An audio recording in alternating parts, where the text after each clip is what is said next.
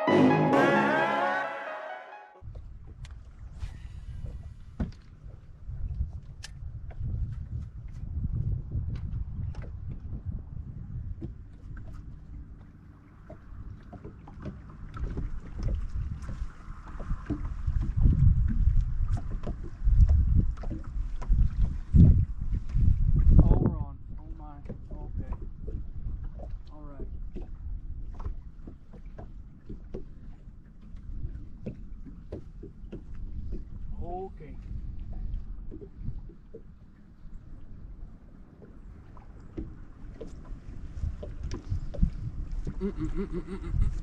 Oh my.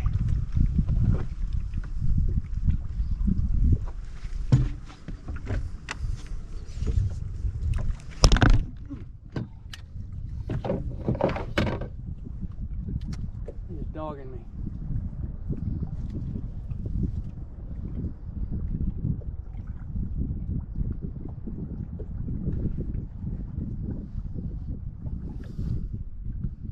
He ain't big. He barely hooked though.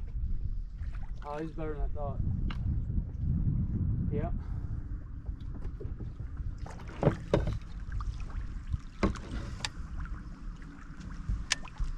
Much better than I thought. Fat. Holy fat.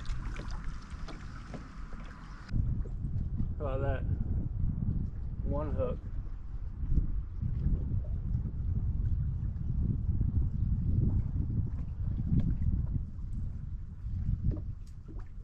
One hook. And look at the belly on him.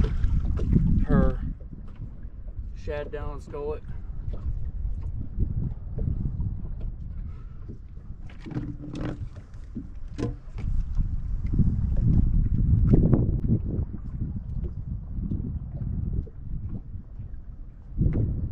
£4.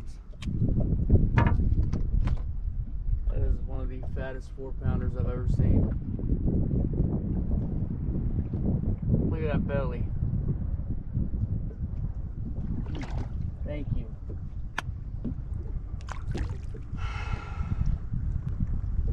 Hell yeah.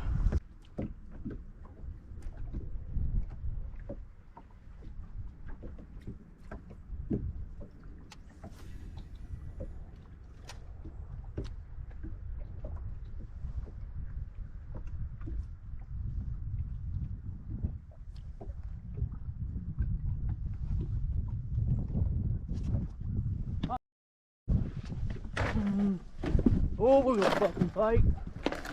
Mother. Woo.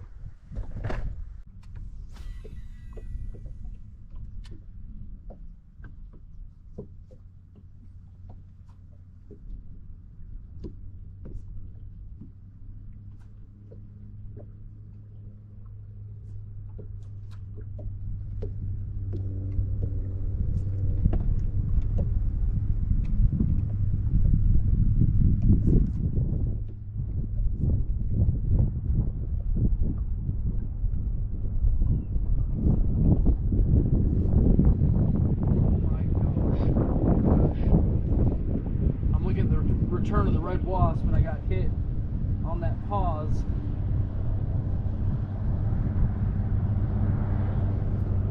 I don't know how good we got him either.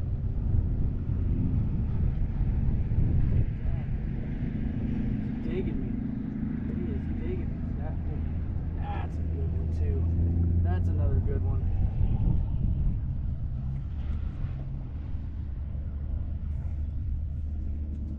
Dialing them in now, boys and girls. Thanks for making me backlash my reel. Yep, good old swiper swiping. Got one in the cheek, got one on the top of the lip. Last year, you wouldn't see me picking up a jerkbait. Thanks, buddy. Now I gotta fix this.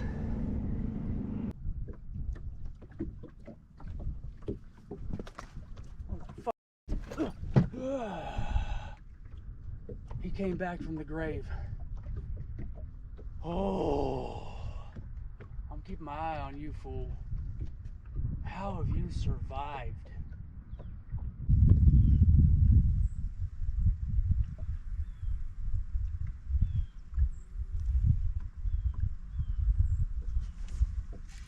Got him. Got him. Oh yeah. Oh yeah, buddy. You're a boat flipper. You're a boat flipper. Mm-hmm. Now I know it's not a... He's eating crawdads. What are you doing up here? Eating underspin. He got a crawdad in his belly. He's angry too. So I told you guys I was gonna bring you some jerkbait tips, which I know I'm not exactly the ideal person for jerkbait tipping.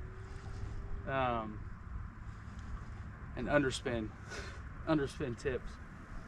Now, I know you guys couldn't see that because we got 360 cam going today, but on that one, again, just coming back to like reading the water, I saw the shad schooling up. And what I decided to do with that one was this right here. Kind of handle pump and then just let it fall. And that fish hit it twice, but it was on the fall that he engaged. So I'm not necessarily burning it the entire time, but what I'm trying to do is see those schools of shad popping, cast past them, let it fall. Oh no. Oh no. let it fall. And if nothing hits it on the fall, pump it, let it fall again. Dadgum. That felt like a good bite. That felt like a good bite for sure. So just finding the schools, letting it fall. Nothing engages, pump it, let it fall again. It's just kind of intermittent, you know, kind of like you would a spinnerbait, you know? But it's a little less intrusive right now, especially, you know, with it being later in the year, with them schooling up bait, very obviously schooling up bait. Just another way to really kind of maximize that time out there on the water.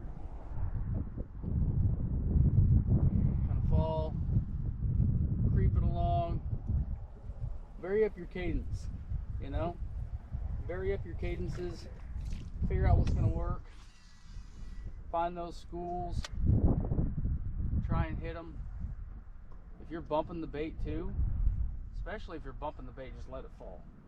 If you start bumping all that bait, let it fall through them, and that bass is going to see that bait just falling and an easy meal. Hopefully we can get some more on the jerkbait too. We'll see. Man, I'm frustrated I missed that one. Frustrated I missed him, to say the least. So I think one thing that I failed to mention, and I don't know if I got the footage of it or not, but when it comes to the jerkbait, a lot of guys say they don't like jerkbaits because of how long you have to wait and how slow you got to fish them, everything like that. The beauty of today is these fish are feeding later in the year, especially down south. We have got fish that their whole clock is messed up. I mean, they're feeding kind of like it's fall. And honestly, it feels like fall. It feels like late summer today. But what I failed to mention with that is you don't always have to work the jerkbait super slow. You don't have to. Sorry for my phone dinging, but you don't always have to work it super slow. Some jerkbaits are going to excel with working them faster and a little more erratic. Like a springtime jerkbait, I love the Jackal Re-Range.